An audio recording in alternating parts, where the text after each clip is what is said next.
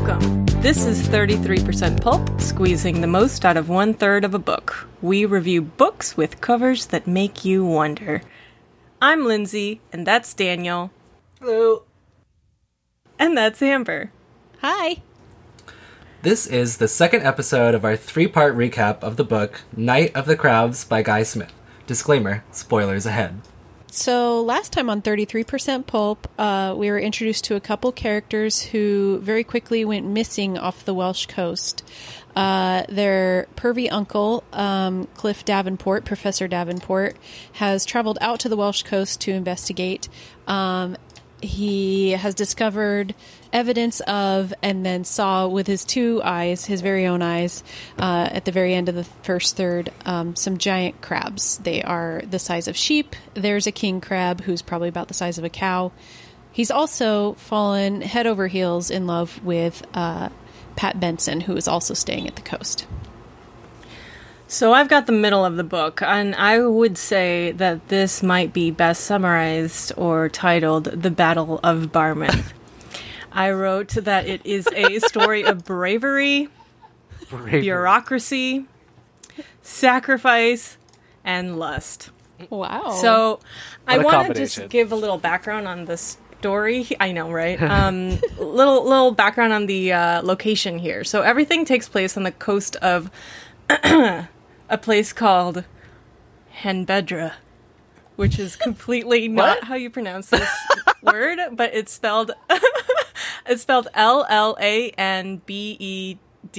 Oh yeah, Henbedra, Gwynedd, Wales. Isn't it like Len better or something like that? That's how I always pronounce it. Yeah, how did you know how to pronounce this? I looked it up on Forvo and found pronunciation guides, so I could actually be just making shit up, and it's actually Llanbedr. But I don't know. I found Henbedra. So I don't know. That sounds amazing. Yeah. This is all taking place on Shell Island, which is not actually an island, as far as I can tell from a map. Shell Island is known for its geographic isolation and it being one of Europe's largest and most desirable camping grounds. Barmouth is a 16-minute train ride away from Henbedra. Shell Island is less than 10 miles from Barmouth. London is far away. Those are the main locations. Henbedra as generally, I would call it a village. According to parish records, since the church did its own census, they had 209 parishioners in 1841 and 204 in 1901, meaning either the town got less religious or they were losing people maybe to crabs or something. Maybe. I don't know. In 2011, there were about 645 residents, so that's like the size of like a middle-sized liberal arts school or something. How big is this place again? Do we know? Very small. Like the mileage? Like tiny. No. Oh, I don't know geographically, I'm not sure. But according to TripAdvisor, there are 4 things to do in Henbedra. Ooh. Only 4? Number 1, shh, don't be weird. Okay? Number 1, adventure activities. Number 2, sightseeing day trips. Number 3, waterfalls. And number 4, gardens. But as my chapter opens, there's really only one thing to do, and that is to survive. Yes. So, we open on a beach that, at one point in the recent past, had 3 occupants. That's right. Of the 3, these 3 people were Pat, a woman in need of a good man. Right. Cliff Davenport, a marine biologist, and someone named Bartholomew, who is like this generally haggard man that I guess people aren't surprised would be like lingering by the beach or something. Deaf, dumb, and blind. Okay. So Pat and Cliff were... Oh, yes, he was, wasn't he? Well, he wasn't blind. Oh, I thought he was blind. Deaf, he was mute. No, because he was scrounging about for stuff in the seaweed, so I think he could see it. But he couldn't talk, he couldn't hear, he was stupid, and like had a gait, you know, his body was all twisted up. It was bad. Poor guy. You know, and he was really, he didn't get a lot of... I mean, so he was really done at mercy, wasn't he? Yeah. So this poor guy, Euthanized by giant crabs. People didn't spill a lot of ink on this guy, nor did they shed many tears for Bartholomew, let's just say. However, that said, I mean, okay, setting the scene. This is this beach, okay? Pat and Cliff were behind some rocks having sex, I think. Is that right? Uh-huh. That's Okay. correct. While these two were enjoying each other's bodies in a consensual way, they would soon be witness to what Cliff Davenport would later call one of the most terrible sights ever witnessed by human beings. Believe it. Indeed, an army of crabs seized the beach, killing Bartholomew, completely dismembering him and devouring his flesh. Right. That happened. So, Yeah. okay, next, as Pat and Cliff vomited in unison. No, really? Weren't they just... They vomited together. Wow, okay. That's kind of romantic. I mean, they Cliff were sharing noted like an intimate that- moment, so... Yeah, but what They're, the like, hell? in I thought sync. that was so weird They're that they in were sync. like That is puking weird. together, like so weird. Okay, Cliff noted that quote, "They'll be back. Nothing's so goddamn certain. They've discovered a taste for human flesh and bone, and they won't let up now." Wow. Which I found to be revealing of both the stakes dealing with these deranged decapods and that he has experience with cannibalism. He does His experience for a with botanist. crabs. He's now a marine biologist, though. He is a Because marine we talked biologist. about this last time. In my first third, he was a botanist, and now he's a marine biologist. You he know, also here's the tends thing. to, like, Later- know the future. I want to. Let's come back to this because Okay. it It might comes up be again. somehow both. Yeah, it definitely comes up again, which Okay. is why. Yeah. Okay, so just as they they take a 3-day sex break. They understand that they cannot fight the army alone and they must get outside help.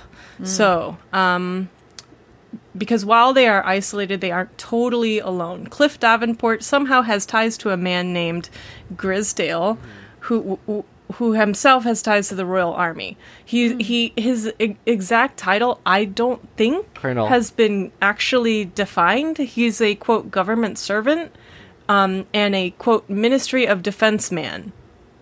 End quote. So like, I don't know. I'm pretty sure that they refer to him as a colonel later on, if I'm not mistaken. Nope. Maybe, but all right. So maybe after convincing Grisdale of the seriousness of the invasion and impending occupation of these crabs of like Shell Island. Occupation. So yeah, Grisdale sends a guy named Colonel Good to investigate. Right. Sounds all right. Colonel Good sounds like he would be good, but he's All not. right. He's not. He is a Oh, short, no. thick, sarcastic, whiskey-drinking man whose guts Grisdale openly hates. He says, "I hate his guts," Whoa. but sent to Henbedra because it was the only thing he could do. So Colonel Good arrives shortly after this phone call that Cliff Davenport has with Grisdale. He's very much an alcoholic, and Cliff Davenport is like, "Oh my god, there's these fucking crabs, we really need fucking help." And Colonel Good is like, "There aren't any bars here. Do you have any whiskey?" He arrives drunk, is drunk his entire time there, and leaves drunk as far as I can tell. Wow. At this point in time, it's the end of the chapter. It says, Cliff, quote, sighed and helped himself to more marmalade. Marmalade.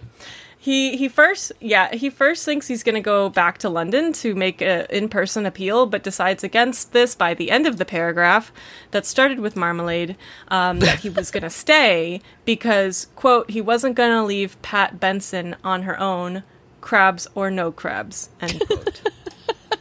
Which I found super creepy and not unlike that Sting song. Oh, Yeah. don't stand too close to me? Or... Not Every Breath You Take. Yeah. Oh, yeah, that one. Okay. Yeah, super stalker-y song.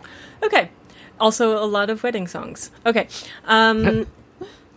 is Okay, also so creepy. then we cut to... Yeah. It's not... Also, Possession by Sarah McLachlan, another creepy song. Okay. Okay, so meanwhile, we cut to this sentry at a nearby army base. So there's a nearby army base that it did exist in real life during World War II. And it was mostly like an Air Force base. And now I guess that they do like drone testing and training there now. So it's a real thing. But he's incredibly bored for pages. He doesn't know why he's outside and why they kicked him off base for his duty. He is literally against the corner of a concrete blockhouse, wondering why they wouldn't let him sit in one of the huts. So he's like just by himself. Wait, I have a question. Haven't we seen this space before, haven't we? Right? Yeah. Cliff got abducted and taken there in the first third, and then he thought about telling them about the giant crabs, and he was like, no, they're going to think I'm crazy. So he just said that he wanted to see if their planes could help find his nephew and fiancé. Oh, there it is then. Yeah. Then So this is probably the same place. Yeah. The War Department, the WD? I don't recall this acronym, but could very well be the same place. Yeah, for probably sure. the same. There's probably only one, but yeah. So the sentry is super bored. He's been kicked out of base for some reason. He doesn't understand why. He hypothesizes that it might be because they didn't think that he could stay awake the whole night. And then he's like, oh, maybe I'll just fall asleep anyway. And his eyelids get very heavy. And then guess what comes? What? Is it king crab? It's not a fucking dolphin. It's a bunch of crabs, okay? So, whoa. Crabs with the eyes that shine like the commanding officer's Land Rover's headlights. So earlier when you said that the crabs were like the size of sheep or cows or something, I imagine them much larger. Even bigger, yeah, they're bigger than huh? that. They're totally bigger than that. Wow. Okay, so he fires his gun at them. The bullets appear to bounce off the shells. Do not damage them. Whoa. Do no damage to the oceanic onslaught coming toward him. And so these crabs are just on land at this point. So far, we'd only seen them like right along the shoreline. Now they're on land. They're on fucking land now. Shit. Yeah.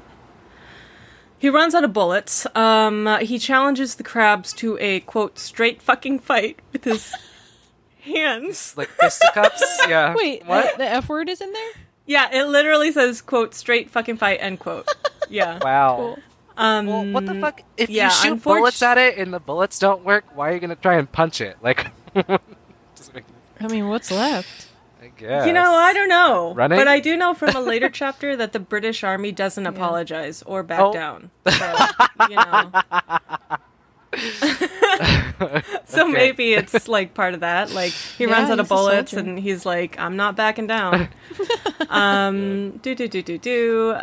Fist did not protect him any better than his bullets, and his head was soon cut in half by giant pincers. Whoa. Yes. Yeah, That's not very in pulpy. this particular chunk, there's some random deaths, and I don't know why they're relevant, but okay. By now, the whole camp was awake, and the armory was open, so they did hear his gunfire at some point. The base soldiers fire at them, them being the crabs. Snipers! There's snipers there, but they don't really do any damage. The crabs destroy a tower, and then King Crab is like clicking his clickers, and they retreat back into the ocean. Wow. Right. So it was a show of force. Wrong?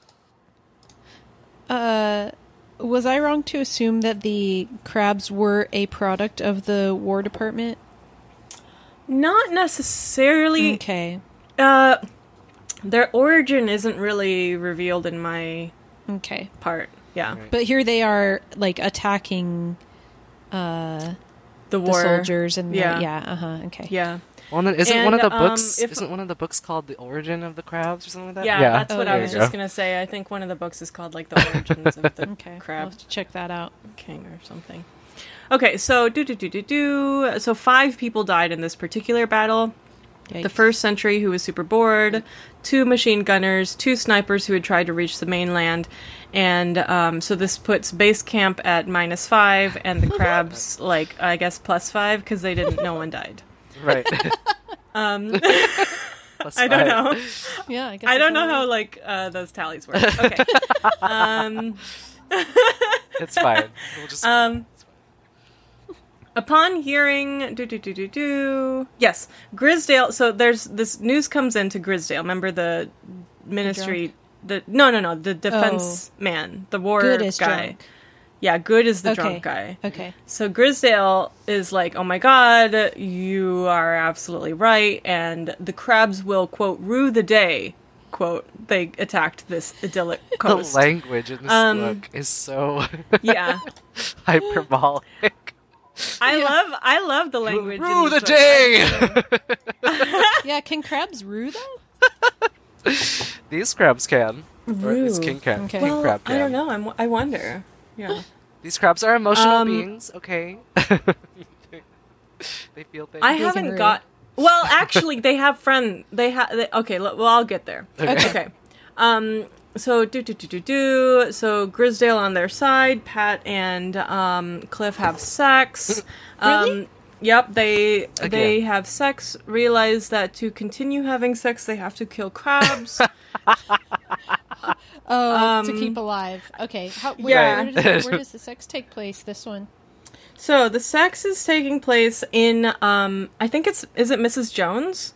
Yeah, back at the hotel. Yeah, at the, like, inn or whatever. Yeah, So, yeah. okay, can I just set this up, actually, Yeah. separately? I actually didn't include this in my mini write-up, okay? Okay. So, fucking, apparently, like, they're all in this inn, right? And, Yeah. Pat Benson didn't leave her door locked. So she, like, is in her room, and Cliff Davenport's just like, I'm thinking about Pat, and, like, let's fucking go over to Pat's room. So he goes Yeah. over there. He just walks in, because the door's not locked. I guess, I don't know. So the door's not locked.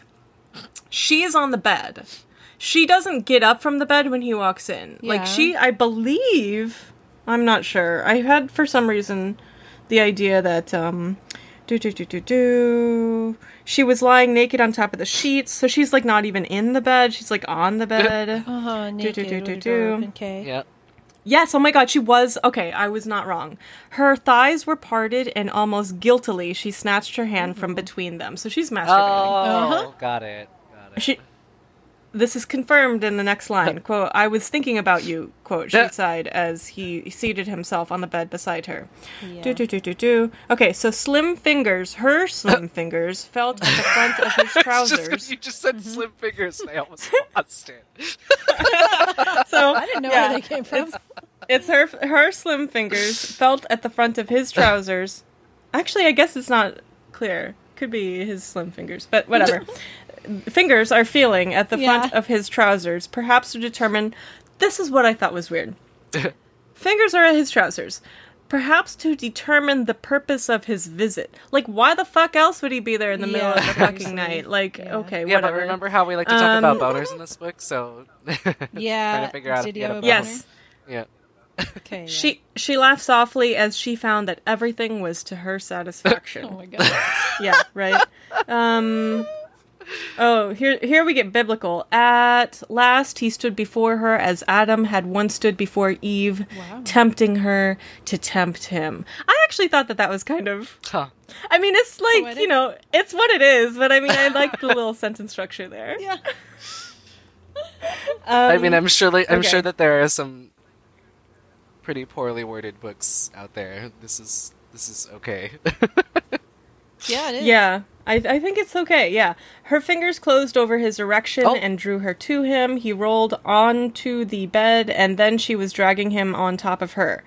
He says, you're in an awful hurry, he gasped as she helped him to attain an immediate penetration. Oh, wow. Like, this is going straight. They're fucking... Yeah. Okay.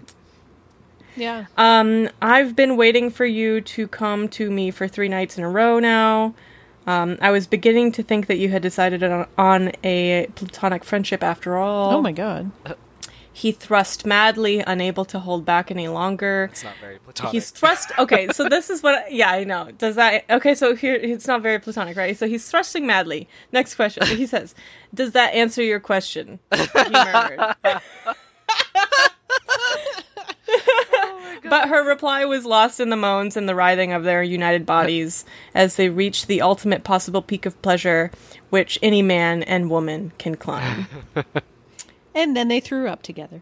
And then they threw up together. So they're like laying there afterwards, like, in their post coitus. Is that what the phrase is? Post coitus. Post yeah.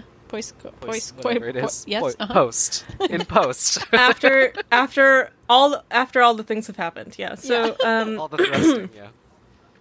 So Pat's the first to speak after some considerable time, and she's like, after all this crab stuff, are you gonna like still be around and like hang out here?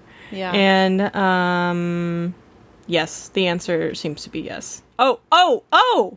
Her fingers went down to him again in an attempt to arouse him a second time. End of chapter. Oh. All right, back to my notes. Okay. Wait, so that was 2 chapters? So, is that 2 chapters or 1? that was the second chapter, I think. Okay. So, meanwhile, so we cut randomly. There's a beat. It changed. To this. It's done. That's done. I just Time don't. to move on. I just don't.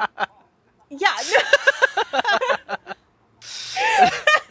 No, I just don't know why this is like. Why this person is here? Does it, Daniel? Okay. Do you know the name Sam Owen? Sam Owen. No. Yeah. So this Sam Owen wasn't in Amber's bit either. Is this Okay. So person gonna meanwhile, die? 42-year-old fisherman Sam Owen dies because he's fishing out at night, completely aware and ignoring the call to stay at home. He's just a throwaway. but that. He's just a throwaway. There's a couple of. Yeah, these. but that went on for what seemed to be pages. Okay, Yeah. so. Oh, wow. I want to open up. All right, Battle of Barmouth. 1:25 a.m. A newly deployed tank unit was standing watch at the beach when, guess what came waddling up? Penguins? Dolphin? Fucking crabs, okay? What? So, okay, imagine this. There's 3 guys in a fucking tank, like, I don't know, World War II tank, right? Yeah. And, Okay. like, they're in this tank, they're looking at these crabs, and they're like, fire the fucking thing, right? Yeah. So they fire the thing, and, okay. And they cheered when the crab shell exploded upon the ballistic impact. Okay. Quote. To their horror, the wounded crab's companions rallied around her, encouraging her and literally lifting her back into an upright position. As a mob, they glared down the tank. Whoa. That's terrifying. That's the first time. Yeah, that's spooky That's as hell. the only other crab to be gendered in this one. I wonder if Yeah. it was actually her or like I just did that. Okay. Oh, Oh well, no. whatever. Oh. Maybe it could have been him. I don't know. I feel like if it was, I think it might have been her because otherwise I would have put brackets because I right? do that. Okay, Yeah. so slowly they walked up to the tank, and together foisted the tank into the air. So okay, they surround the Whoa. fucking tank and like lift the tank up, and then walk the tank over to the ocean and throw the tank into the ocean. A tank. So Is that the Okay. we're the now tank? Is it called a centurion? -8 soldiers. No. No. Okay. I don't think so. So Captain Oliver of the Royal Shropshire Light Infantry realized that they were losing. Everywhere, quote, everywhere people were fleeing in panic. Men in pajamas and dressing gowns hustled their families away from the battleground. Women and children screamed. End quote. Again, That's not very sexy. there is... No, it's just... Dude, fucking war isn't sexy, all right? No. Men in pajamas? Not sexy. No, in this nightgowns? is just chaos. Also, I don't think we ever see this Captain Oliver ever again. But okay, Wow. Okay. there's not a single crab casualty. Okay, so just to break, so that was the Battle of Barmouth. Okay. It lasted about a little less than 2 hours, from 1:25 a.m. to 3:30 You got, a.m. like, a I have time. noted. How'd you get a time? I don't know. Okay, so from this we've learned a few things. First of all, we learned... Oh, actually, I wrote down we've learned a few things, but we've actually, I guess, only learned one. Which... Which is that crabs communicate and work together and can regenerate. Yeah. They are each other's companions and comrades in arms.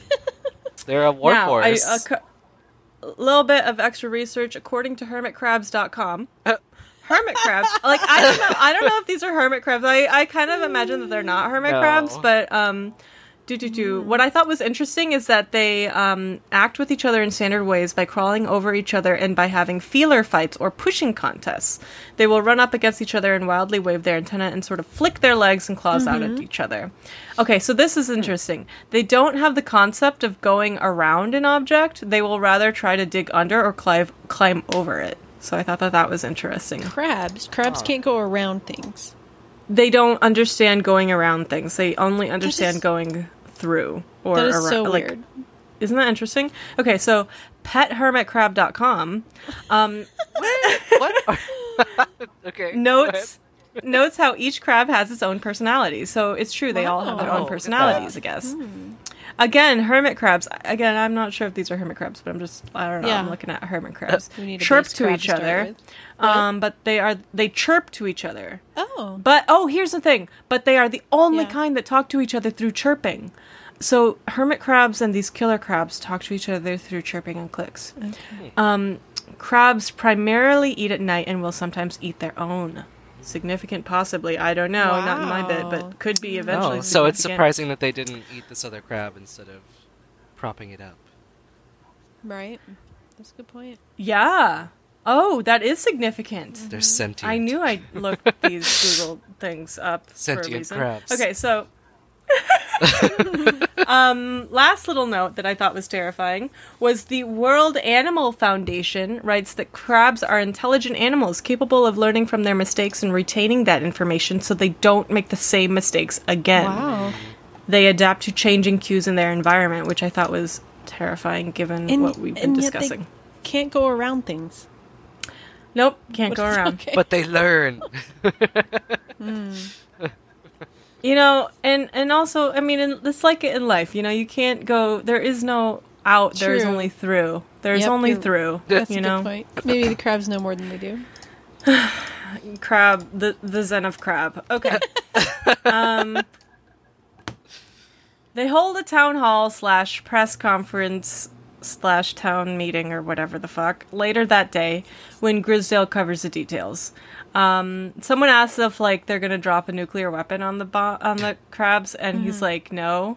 Good question. Okay. No question is a dumb question. Okay, but no.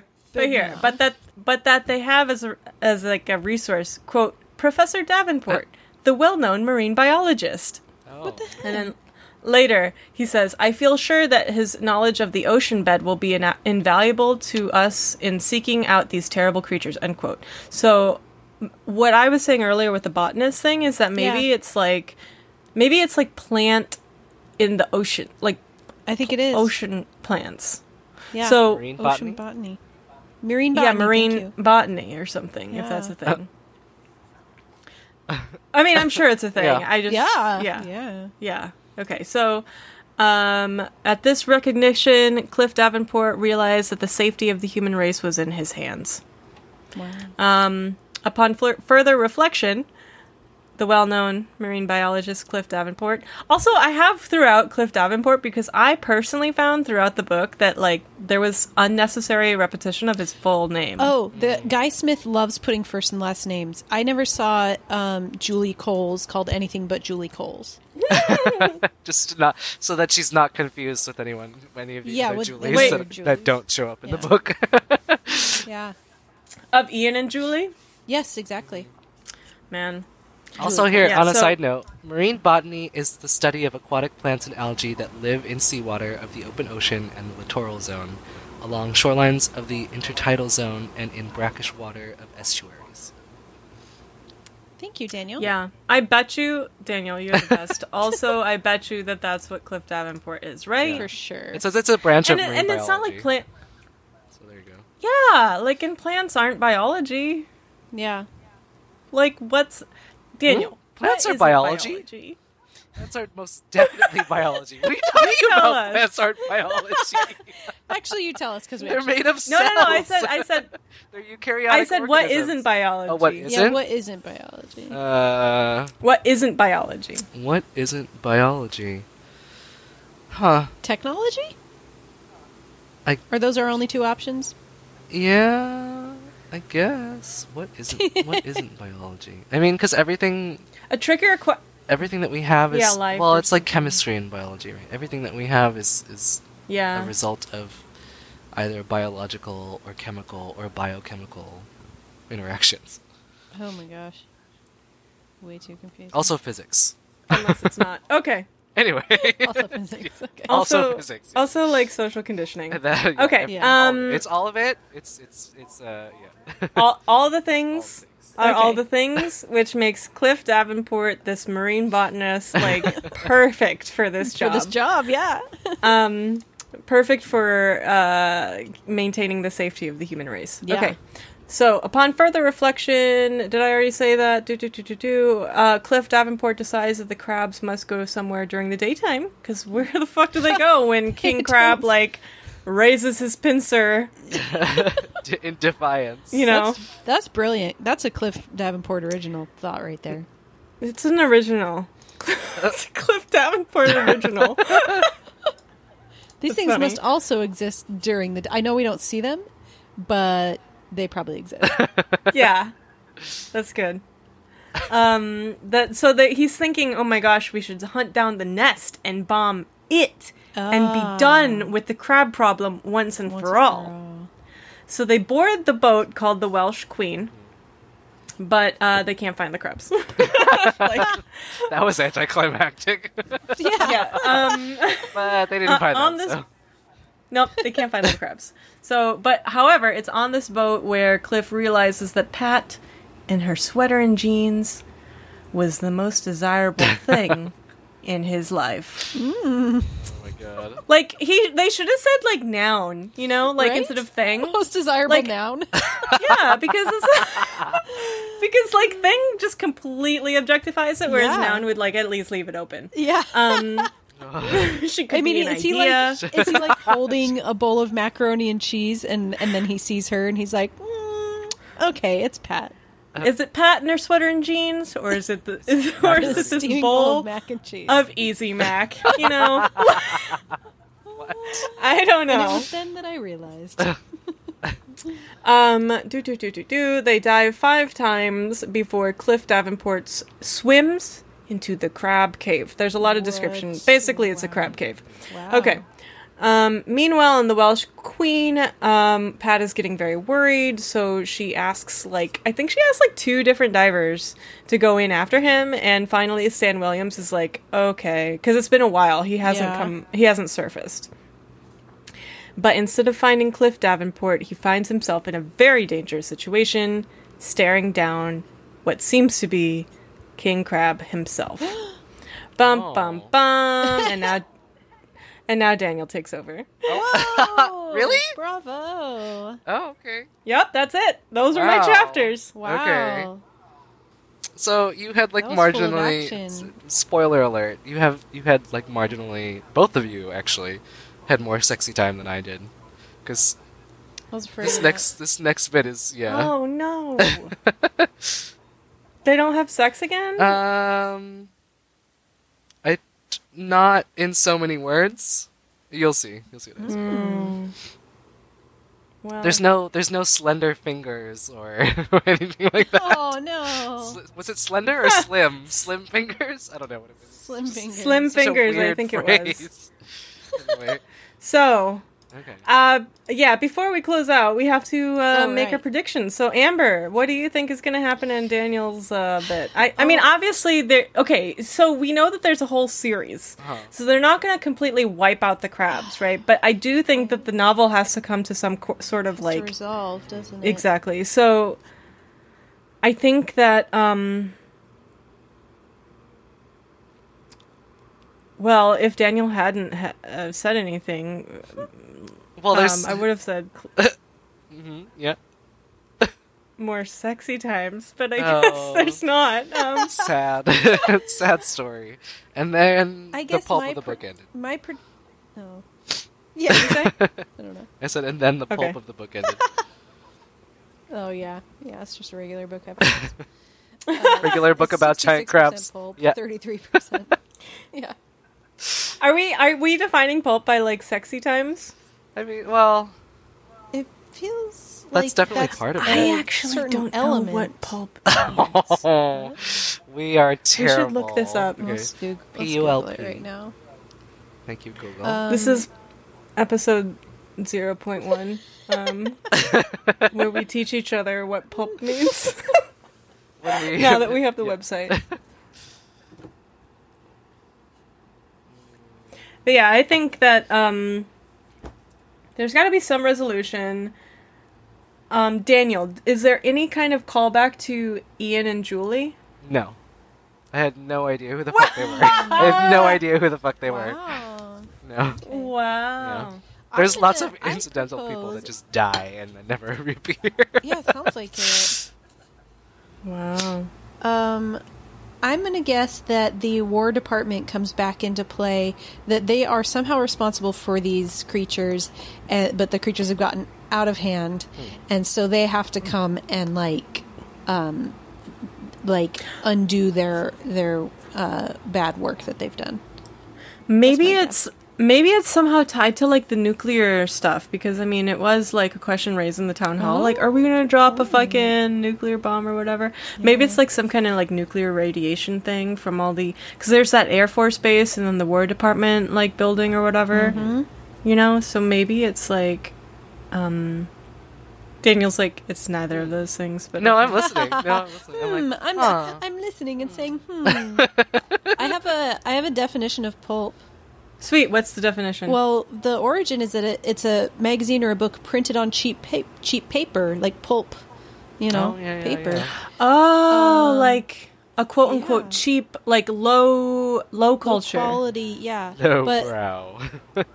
no, but this means like actual like pulpy paper, like bad quality paper. But then, but it often deals with sensational material. Also, sensational or tabloid writing. Yeah, We love pulp that fiction. shit. Sensational. So it's hard to have sensational. What's interesting too is that our name is 33% pulp, and so it's like we're only 33% sensational. Only 33% bad quality. Yeah, Yeah, which That's fine. 6%. That's pretty good. I'll take that. Yeah, I'll take a that's D yeah. plus. Yeah. That's a solid D. I'll take that. A solid D. Solid D. Well, Double entendre. You should hear about my college girlfriend. Okay, so if you would like to keep up with the show, subscribe to this podcast wherever you subscribe to podcasts now, whether that's iTunes or somewhere else. If it is iTunes, please feel free to rate or review us, because that helps other people find us.